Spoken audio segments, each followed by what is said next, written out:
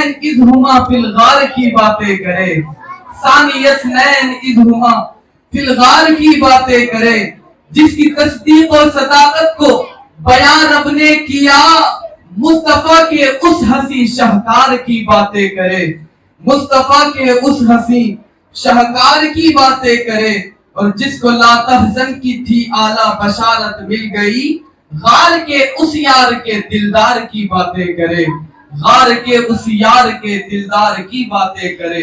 آئیے میں انہی اشعار کے سائے میں گزارش کرتا ہوں خطیب باوقار اولاد حیدر کرار شہنشاہ خطابت حضرت علامہ و مولانا سید شاہ عزیز اللہ قادری صاحب قبلہ شیخ المعقولات جامعہ نظامیہ حیدرآباد سے گزارش کرتا ہوں کہ تشریف لائیں، اپنے ایمان افروز خطاب سے ہم تمام سامعین کے قلوب کو منور و مجلہ فرمائیں۔ استقبال کر لیں نعرہ تکبیر، نعرہ رسالت، نعرہ رسالت، علماء اہل سنت۔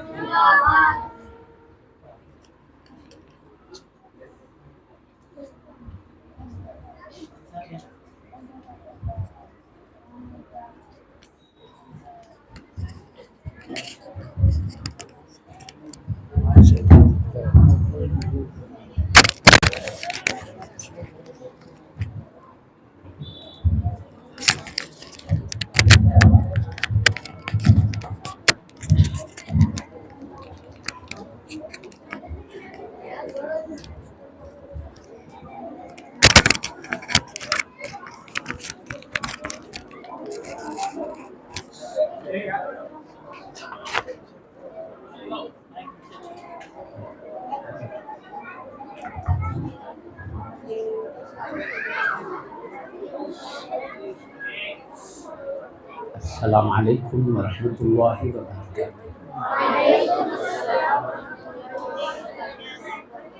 الحمد للہ رب العالمین، وصلی اللہ علی سید الانبیاء والمرسلین، وعلی جمیع الانبیاء والمرسلین، وعلی الملائکۃ المقربین، وعلی آلہ واصحابہ اجمعین۔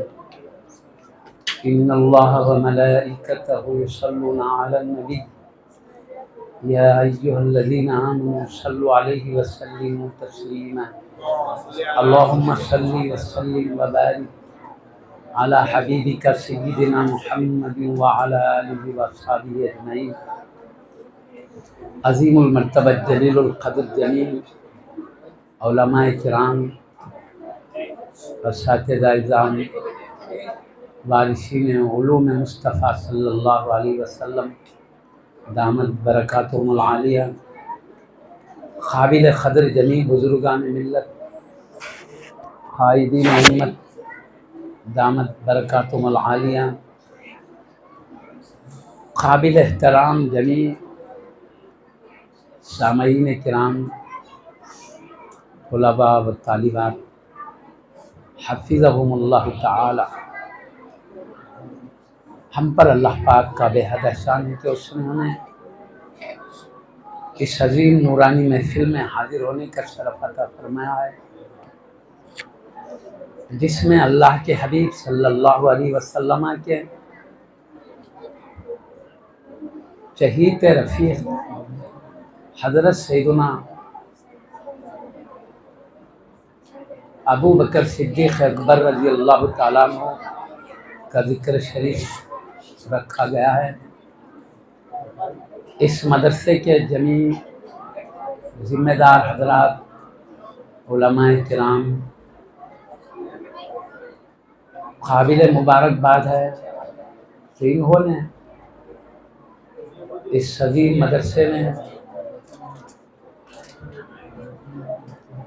ایک عظیم عنوان پر نورانی جلسہ رکھا ہے، اور یہ قابل قدر بات ہے کہ یہاں پر دنیاوی تعلیم کے ساتھ دینی تعلیم کا انتظام کیا گیا ہے۔ ہمارے لیے دونوں علوم اہلیت رکھتے ہیں، دنیا اور آخرت دونوں سنبھالنے کا یہ ہمارا فریضہ بھی ہے۔ ہم دنیا بھی بہتر بنائیں، دین بھی بہتر بنائیں۔ معزز سامعین کرام، انتہائی مبارکباد ہے وہ حضرات جو مدرسے کو اللہ اور اس کے رسول کی محبتوں میں ان کی امت کو اللہ اور رسول کے قریب کرنے کی کوشش میں لگے ہوئے ہیں۔ سب قابل مبارکباد ہے۔ اللہ پاک اس مدرسے کو ہمیشہ ترقی عطا فرمائے اور ہمیشہ اپنے خاص نظر کرم میں رکھے، حبیب پاک کا سایہ سلامت رہے۔ معزز سامعین کرام، ابھی ہم یہ چونکہ ہمارا طریقہ ہے جس عظیم ہستی کے وصال شریف کا مہینہ ہوتا ہے اس میں ان کا ذکر شریف کیا جاتا ہے، خاص وصال شریف کی تاریخ میں بھی ذکر کیا جاتا ہے، مہینے میں بھی کیا جاتا ہے۔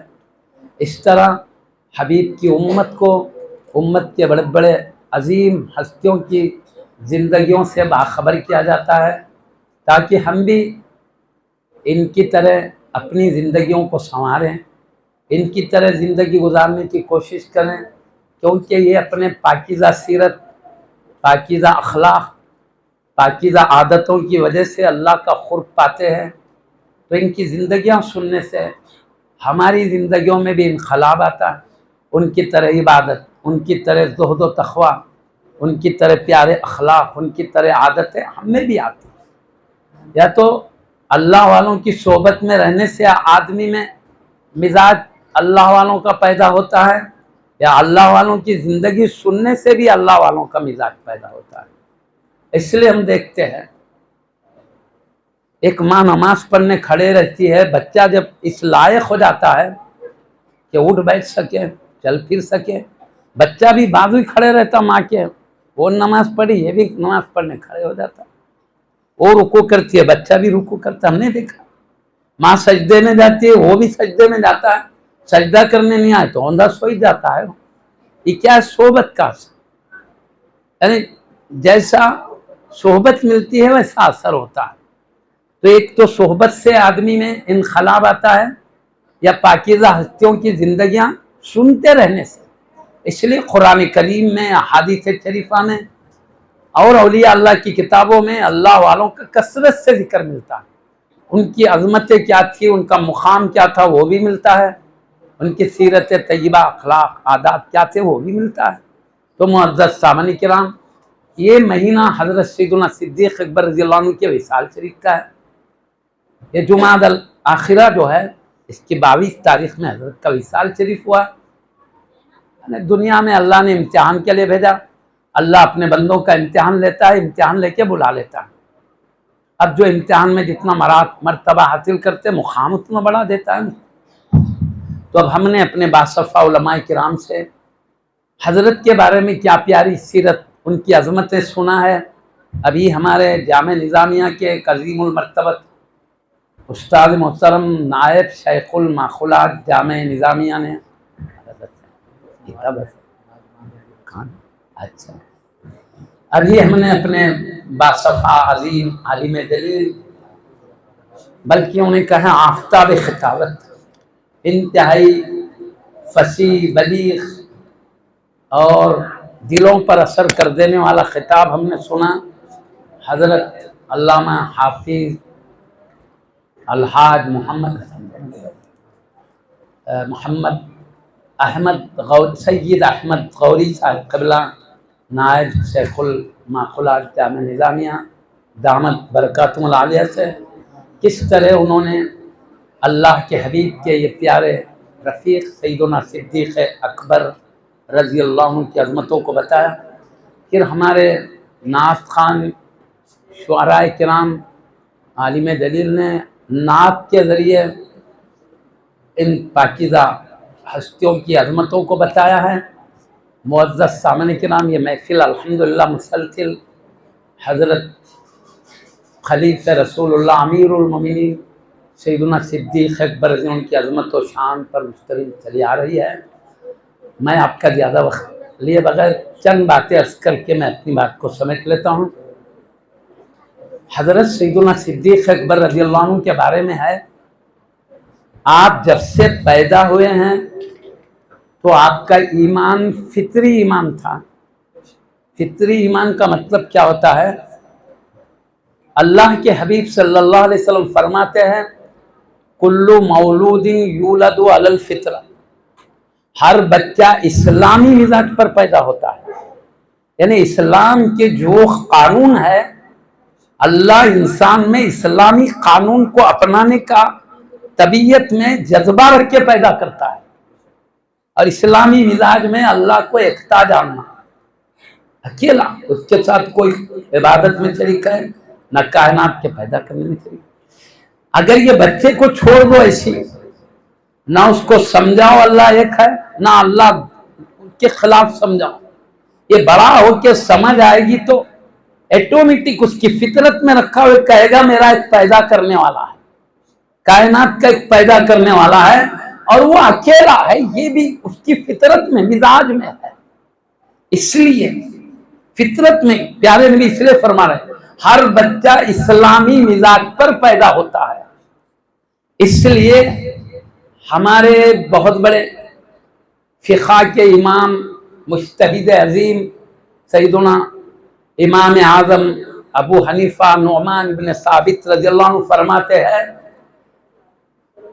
سیدنا عیسیٰ روح اللہ علیہ السلام آسمان پہ اٹھا لیے گئے، یہودی لوگ آپ کو شہید کرنے گھسے تو اللہ چھت پہ سے اٹھا لیا، ابھی بھی دوسرے آسمان پر ہے، قیامت کے قریب پھر دو فرشتوں کے کاندھوں پر ہاتھ رکھ کے اتریں گے، جامع مسجد دمشق ملک شام، اس کے جامع مسجد کے مشرقی مینار پہ لا کے چھوڑیں گے، اس وقت تک امام مہدی رضی اللہ عنہ یہاں تشریف فرما ہوں گے، وہ سیڑھی لگا کر آپ کو اتارنے ہوں گے، بالکل ابھی زندہ ہیں، آسمانوں پہ رہتے، دوسرے آسمان میں اپنے خلیرے بھائی یحییٰ علیہ السلام کے ساتھ ہے یہاں۔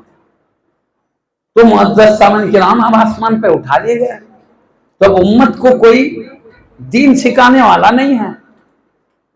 اب آپ کی جو کتاب تھی، اللہ نے کتاب دیا تھا انجیل شریف، اس میں قوم کیا کری معلوم، اپنے کو پسند نہیں ہے سو باتیں نکال لی اور اپنی خواہش کے باتیں ملا کے کیا کرے، اللہ جو اتارا تھا اس کے کچھ باتیں نکال لے، کچھ اپنی طرف سے ملا کے نئی انجیل چھاپے۔ اب وہ نئی انجیل میں معلوم نہیں ہوتا ہے بندے کا کون سا کلام ہے، اللہ کا کون سا کلام ہے۔ اب وہ انجیل سے بھی حق کو سمجھنا مشکل ہے، کیوں اللہ کے کلام کو بندے کا سمجھ کے غلط سمجھی تو غلط، بندے کے کلام کو اللہ کا سمجھ کے اپنا ہے تو وہ بھی غلط، لہذا اب انجیل میں چونکہ اللہ کا بھی کلام ہے احتراماً بلندیوں پہ تو رکھیں گے، مگر اس پہ عمل کر سکتے نہیں، پڑھ سکتے۔ ہاں نبی نے کہا، قرآن نے کہا انجیل میں یہ باتیں ہیں، تو قرآن و حدیث کے کہنے سے ہم ان باتوں کو اللہ کا کلام کہیں گے، جتنے بات کو قرآن حدیث میں آیا ہے وہ، باقی کے بارے میں اس میں ذکر نہیں۔ تو خیر اب کوئی دین سمجھانے والا نہیں ہے۔ اس وقت سے لے کر اللہ کے حبیب صلی اللہ علیہ وسلم پیدا ہوئے، 40 سال کی دنیاوی زندگی مبارک، ورنہ آپ کا نور تو پوری کائنات سے پہلے پیدا، آپ نور کے ساتھ بشری شان کے ساتھ پیدا ہوئے، اللہ نے اسی نور مصطفیٰ کو بشری شان دے کے پیدا کیا۔ اس وقت سے لے کر 40 سال کی عمر کے بعد آپ کو اللہ نے حکم دیا نبی ہونے کا اعلان کر دو امت میں، تو آپ نے نبی ہونے کا اعلان کیا۔ تو عیسیٰ علیہ السلام کی آسمان سے اٹھا لیے جانے سے لے کر پیارے نبی کے قرآن کا پیغام پہنچانے تک کوئی دین سکھانے والا نہیں ہے، اور کوئی آسمانی کتاب محفوظ بھی نہیں ہے۔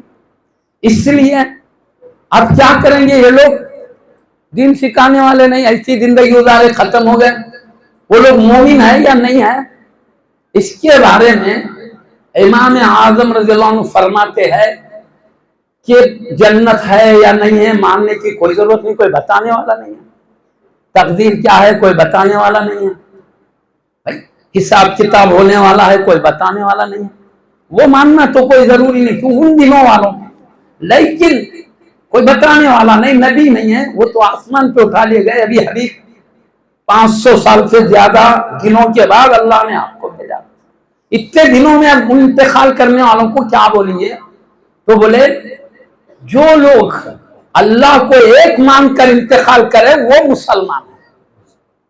کیوں؟ نبی نہیں ہے پھر کیوں؟ تو یہ کہتے امام اعظم رضی اللہ عنہ اللہ نے عقل دیا ہے، سمجھنے کی صلاحیت دیا ہے، طبیعت میں مزاج اسلامی رکھا ہے،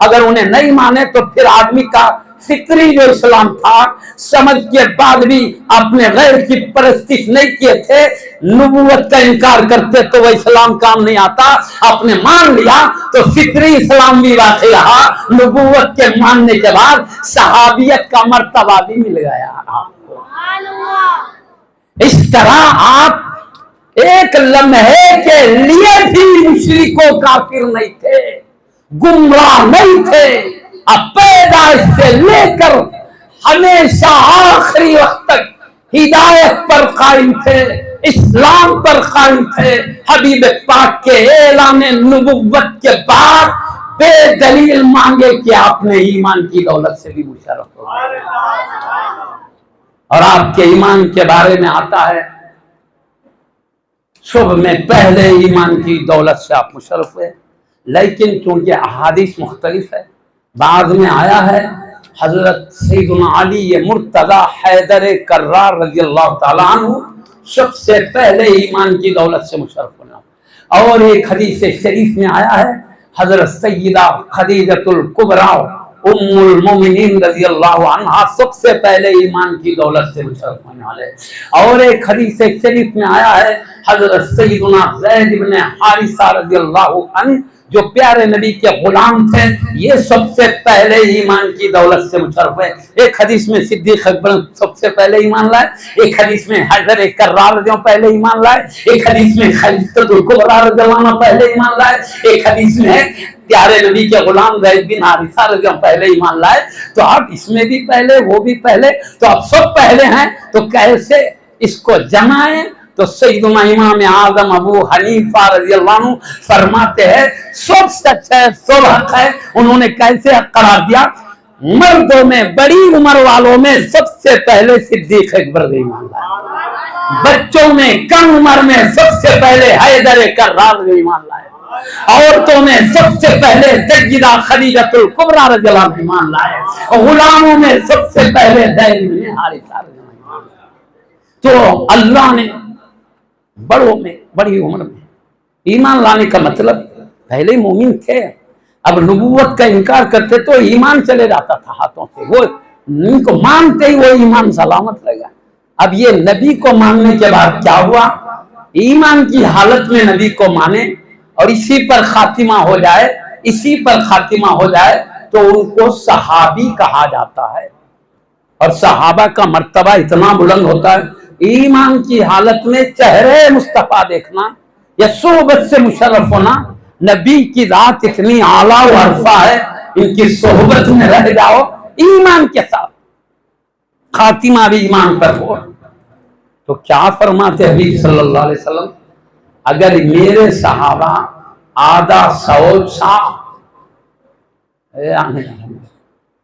1 کلو سے بھی بہت کم ہوتا، آدھا سا نہیں 1.25 کلو کا ہوتا ہے، آدھا سا بولے تو 1.25 کلو، پہلے ناپتے تھے، تولے تو 1.25 کلو، آدھا سا جو گیہوں کے وسیع ایک جو رہتے ہیں پیارے ملے، آدھا سا جو کسی نے اللہ کی راہ میں خیرات کیا، آدھا سا جو 1.25 کلو گیہوں وغیرہ جو اسی کی طرح کریں، آدھا سا جو کون صحابی خیرات کریں، اور غیر صحابی دوسرے لوگ احد کے پہاڑ کے برابر سونا بھی خیرات کر دیں تو میرے صحابہ کے آدھا سا جو کے برابر ثواب نہیں۔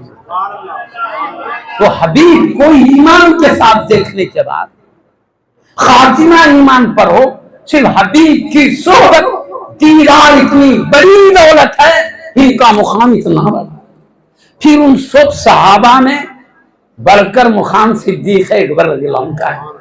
مجھے بتانے کی ضرورت نہیں، تفصیل سے ہمارے باصفہ علماء کرام بتا چکے، اور ہم نے بہترین حضرت نے ایک حدیث شریف سنایا، شاید بعض کو شبہ کیا ہوتا ہے ایسے واقعات میں، ہو سکتا کسی واقعہ کی طرح ایسی بات، صدیق اکبر رضی اللہ عنہ کا نام جو اللہ نے لکھایا جبریل علیہ السلام کو بھیج کر، مطلب ہوتا ہے ایسا کیسا ہوتا ہے بھائی، بلکہ عام طور پہ نہیں سنتے رہتے نا، کبھی کبھی سنیں تو خیال ہوتا ہے، لیکن ایسی بات نہیں ہے، یہ پورا واقعہ تفسیر کبیر میں موجود ہے، پکی بات ہے، تفسیر میں موجود ہے، بالکل پکی بات ہے، کوئی شبہ کی گنجائش نہیں، قرآن کی تفسیر میں۔ حضرت امام راضی رضی اللہ عنہ نے بیان کیا اس کو. تو مطلب اللہ خود چاہتا ہے کہ صدیق اکبر رضی اللہ عنہ کا نام میرے حبیب کے نام سے الگ نہ رہے. تب اندازہ کرو اللہ کیا چاہتا ہے صدیق اکبر سے. یہ حبیب سے محبت کرتے ہیں تو اللہ حبیب کے رفیق سے محبت کرتا ہے. خیر بہرحال معززاً اتنا اللہ کے رسول سے تعلق ہم نے سنا. تو صحابہ ایک عام صحابی کا یہ مرتبہ ہو تو صحابہ کے سلطان و سردار کا کیا مقام ہوگا ہم سمجھ سکتے ہیں. اور جب حبیب صلی اللہ علیہ وسلم کا مزاج شریف ناساز ہوگا, چلنے بھی مشکل ہو رہی تھی. اب دو صحابہ کے کاندھوں پر ہاتھ رکھ کے چلتے تھے, پیر مشکل سے اٹھتے تھے. یہ تکلیف کا عالم تھا. تو حبیب صلی اللہ علیہ وسلم نے اپنی جگہ میں نماز پڑھانے کے لیے صدیق اکبر رضی اللہ عنہ کا انتخاب کیا. ام المؤمنین سیدہ عائشہ صدیقہ رضی اللہ عنہ کے ابا جان ہوتے ہیں صدیق اکبر. کہا تمہارے ابا جان سے کہو میری جگہ وہ نماز پڑھائیں. تو انہوں نے کہا یا رسول اللہ صلی اللہ علیہ وسلم میرے ابا جان بڑے نرم دل ہے, وہ آپ کی جگہ کھڑے رہنا برداشت نہیں کر سکیں, وہ نہیں کھڑ سکیں. اس کے بجائے بہتر ہے کہ عمر فاروق اعظم رضی اللہ عنہ کو آپ حکم دے دیں, کیونکہ ان میں صحابہ میں یہ بات مشہور تھی. صدیق اکبر فاروق اعظم صحابہ میں انتہائی بلند مقام رکھتے تھے. ان میں پھر ان کے بعد سیدنا عثمان غنی, علی مرتضیٰ, حیدر کرار رضی اللہ عنہ یہ بلند مقام رکھتے تھے. تو اس لیے اب انہوں نے سوچا کہ صدیق اکبر کے ساتھ عمر فاروق اعظم کا بھی مرتبہ, انہیں حکم دے دے. تو پیارے نبی نے کہا تم لوگ زلیخا کے سہیلیاں نظر آتے ہو, بولے مطلب جلدی ذہن کو پھیل دینے کی کوشش کرتے ہو یا جو بھی مراد ہو آقا کی. ہم بول رہے ہیں جا کے بولو, جلال میں آ کے بولو میرا حکم سنو. تب انہوں نے سنایا تو صدیق اکبر رضی اللہ عنہ حبیب پاک کی جگہ کھڑے رہ کر نماز پڑھانے لگے. تقریباً حبیب پاک کی زندگی مبارک میں 17 نمازیں آپ نے پڑھایا ہے. وہی ہمارے شعراء کرام اپنے شعروں میں بول رہے تھے کہ وہ امام تھے, سارے صحابہ اہل بیت سب مصلی مقتدی تھے. وہی یہ حبیب نے آپ کا انتخاب کیا, امام بنایا. سارے اہل بیت صحابہ سب آپ کے مقتدی بن کر نماز پڑھتے رہے. ایک عجیب واقعہ پیش آیا. پیارے نبی صلی اللہ علیہ وسلم اسی مزاج خراب کی حالت میں گھر سے نہیں تشریف لائے. اچانک ایک مرتبہ تشریف لاتے ہی صدیق اکبر نماز پڑھتے تو اللہ تعالیٰ کے تجلیات میں گم ہو کر پڑھتے تھے, ادھر کا خیال نہیں ہوتا تھا. حبیب صلی اللہ علیہ وسلم تشریف لائے تو پیارے نبی کا گھر مسجد بالکل دروازے میں تم ختم نکالے تو مسجد ہی ہے.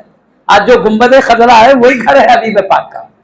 مطلب آپ کے ازواج مطہرہ 11 ہر زوج مطہرہ کا ایک الگ گھر ہے, اور یہ گھر جو ہے گنبد خضرا ام المؤمنین عائشہ رضی اللہ عنہا کا گھر ہے. تو اب اس میں رہتے ہیں, یہ گھر عائشہ رضی اللہ, اب وہاں رہتے تھے. یہاں سے ختم اٹھا کے نکالے تو مسجد نبوی نہیں پڑتا ہے. تو آقا نے جیسے قدم ہٹا کے اندر آئے, صحابہ کرام جو نماز میں تھے وہ دیکھ لیے, اور دیکھ کر صدیق اکبر رضی اللہ عنہ کے لیے اطلاع دینے آپ حضرات تالی مارنا شروع کیے, دستک. تو صدیق اکبر سمجھ لیے کچھ نہ کچھ بات ہے. آپ نے محسوس کیا کہ حبیب صلی اللہ علیہ وسلم جلوہ فرما ہو رہے ہیں, فوری آپ پیچھے ہٹنے لگے. تو پیارے نبی ہاتھ کے اشارے سے کرے وہیں رہو. تو آپ نے ہاتھ اٹھایا, ہاتھ اٹھا کے اللہ کا شکر ادا کیا. اللہ تیرا شکر ہے, تیرے نبی مجھے امامت کے لیے حکم دے رہے ہیں, یہ مقصد سے شکر ادا کیا. مگر پھر بھی پیچھے ہٹ گیا. اس کے بعد حبیب صلی اللہ علیہ وسلم آگے تشریف لے گئے, کیونکہ آقا کو تکلیف تھی. بیٹھ کر نماز پڑھا رہے تھے. صدیق اکبر آپ کے بازو کھڑے رہ کر صدیق اکبر پیارے نبی کی اداؤں کو قیام رکوع دیکھتے جا رہے تھے. یہ نقل کر رہے تھے, صدیق اکبر کو دیکھ کے سارے صحابہ عمل کر رہے تھے. یوں نماز ہوئی, نماز پوری ہو گئی. نماز ادا ہو جانے کے بعد سیدنا صدیق اکبر رضی اللہ عنہ سے حبیب پاک صلی اللہ علیہ وسلم نے ارشاد فرمایا, اے ابو بکر, جب میں نے حکم دیا تھا اپنی جگہ ٹھہرنے کا تو تم کو کس چیز میں روکا وہاں ٹھہرنے سے؟ جب میرا حکم تھا تو ٹھہرنا تھا. میں کہہ رہا تھا وہیں پھر بھی پیچھے ہٹے. تو آپ نے جواب میں کیا عرض کیا؟ ادب دیکھیے مصطفیٰ صلی اللہ علیہ وسلم کا. آپ نے کیا جواب دیا؟ ابن ابی قحافہ کی مجال نہیں ہے کہ اللہ کے رسول کے آگے بڑھ کر نماز پڑھائے. یا رسول اللہ آپ کے ہوتے ہوئے میں کیسے نماز پڑھا سکتا ہوں؟ ادب دیکھیے. غار ہرا میں سانپ ڈس گیا مگر آپ نے قدم نہیں اٹھا. اشعار کوئی معمولی نہیں ہے. ایمان کو روشن کرنے والے سنا نا آپ نے. ہٹایا نہیں مطلب نبی کی محبت میں جان چلے جائے چاہے مگر ادب مصطفیٰ محبت رسول آتے جانے والا ہے. یہ جذبہ ہے. وہاں محبت ہے یہاں ادب ہے. کہا یا رسول اللہ آپ کے آگے آگے. ابن ابی قحافہ. ابو قحافہ یہ آپ کے ابا کی کنیت ہے. اصل آپ کے ابا کا نام ہے عثمان اور آپ کا ابو بکر کنیت ہے. نام ہے آپ کا عبداللہ. عبداللہ ابن عثمان. آپ عبداللہ آپ کے ابا عثمان. ابو بکر یہ آپ کی کنیت ہے. ابو قحافہ آپ کے ابا کی کنیت ہے. یہ صدیق عتیق یہ تمام جو ہے القاب ہے پیارے. خاص طور پر حبیب کے دیے ہوئے القاب ہے. بھائی ہم دیے اپنی عقیدت میں لیتے ہیں. ہم دے تو ضروری نہیں ہمارے عقیدت کے مطابق وہ کمال ہو. کبھی صحیح ہوتا کبھی غلط ہو سکتا. ہم کسی کو القاب دے تو مگر مصطفیٰ جس کو جو لقب دے جو شان ہے وہ لقب ہوتا ہے. جو شان ہوتی ہے وہی لقب. آپ نے عتیق کہا صدیق اکبر رضی اللہ عنہ کو. کیوں ایک مرتبہ کہا؟ عتیق کے کئی معنی آتے ہیں. ایک معنی آزاد کے لیے. تو یہاں صدیق اکبر رضی اللہ عنہ کو پیارے نبی نے عتیق کہا. اس کے معنی آزاد. کس سے آزاد؟ جہنم سے آزاد ہے. عتیق کا کلمہ بتا رہا ہے پیارے نبی دنیا میں رہ کر بتا دیے یہ دوزخ سے آزاد کو دیکھنا ہے. تو یہ دیکھو جو بھی ایمان پہ خاتمہ وہ دوزخ سے بچے گا مگر کوئی گارنٹی نہیں بول سکتے کس کا خاتمہ ایمان پہ ہونے والا. ہم نہیں بول سکتے خاتمہ کس کا ہونا ہے. خاتمہ ہونے کے بعد کہہ سکتے ہیں یہ جنت. مگر پیارے نبی نے پہلے ہی بعض ہستیوں کو نام لے کے جنتی کہہ دیا. ابو بکر یہ جنتی ہے. فاروق اعظم جنتی ہے. عثمان غنی جنتی ہے. حیدر کرار جنتی رضوان اللہ عنہ. حضرت طلحہ جنتی ہے. حضرت زبیر جنتی ہے. حضرت عبد الرحمن بن عوف جنتی ہے. حضرت ابو عبیدہ بن الجراح جنتی ہے. حضرت سعد بن ابی وقاص جنتی ہے. سعید رضی اللہ عنہ جنتی. اس طرح 10 حضرات کو نام لے کر بشارت دیا جنتی ہے. مطلب کیا؟ حبیب جانتے ہیں یہ خاتمہ بالخیر والی ہستیاں. اب حسنین کریمین کو تو کہا جنتی جوانوں کے سردار ہے. ارے جنتی ہی نہیں جوانان جنت کے سردار. سیدہ فاطمہ الزہرا رضی اللہ عنہا کے بارے میں فرمایا تمام جنتی عورتوں کی سردار ہے. جنتی ہی نہیں جنتی عورتوں کی سردار فرمایا. یہ نام لے کے کہنا ان کے اظہار عظمت و شرف کے لیے ہے. اور صدیق اکبر فاروق اعظم رضی اللہ عنہ کے بارے میں جنتی نہیں کہا بلکہ کہا ابو بکر و عمر سیدہ کہول اہل الجنہ من الاولین والآخرین الا النبیین والمرسلین. یہ ترمذی شریف میں حدیث ہے. حسنین کریمین کی سیادت کا ذکر بھی اسی حدیث میں. حبیب کی پیاری لاڈلی عزت و عظمت والی شہزادی سیدہ فاطمہ الزہرا رضی اللہ عنہا کی جنتی سردار ہونے کا ذکر بھی اسی میں ہے. صدیق اکبر فاروق اعظم کے لیے سردار ہونے کا ذکر اسی ہے. ترمذی شریف. کیا ہے اس کا مطلب؟ ابو بکر اور عمر تمام اگلے پچھلے سب بڑی عمر والے جنتیوں کے سردار ہیں. جتنی بڑی عمر والے اگلے پچھلے سوائے نبیین اور صدیقین کے سوائے نبیین اور مرسلین کے رسولوں نبیوں کو چھوڑ کر جتنے اگلے پچھلے ہیں یعنی آدم علیہ السلام سے قیامت تک جتنے بڑی عمر پا کر انتقال کرنے والے ہیں ان سب کے سردار صدیق اکبر فاروق. تو یہ جنتی ہی نہیں جنتیوں کے سردار ہونے کا اعلان کیا.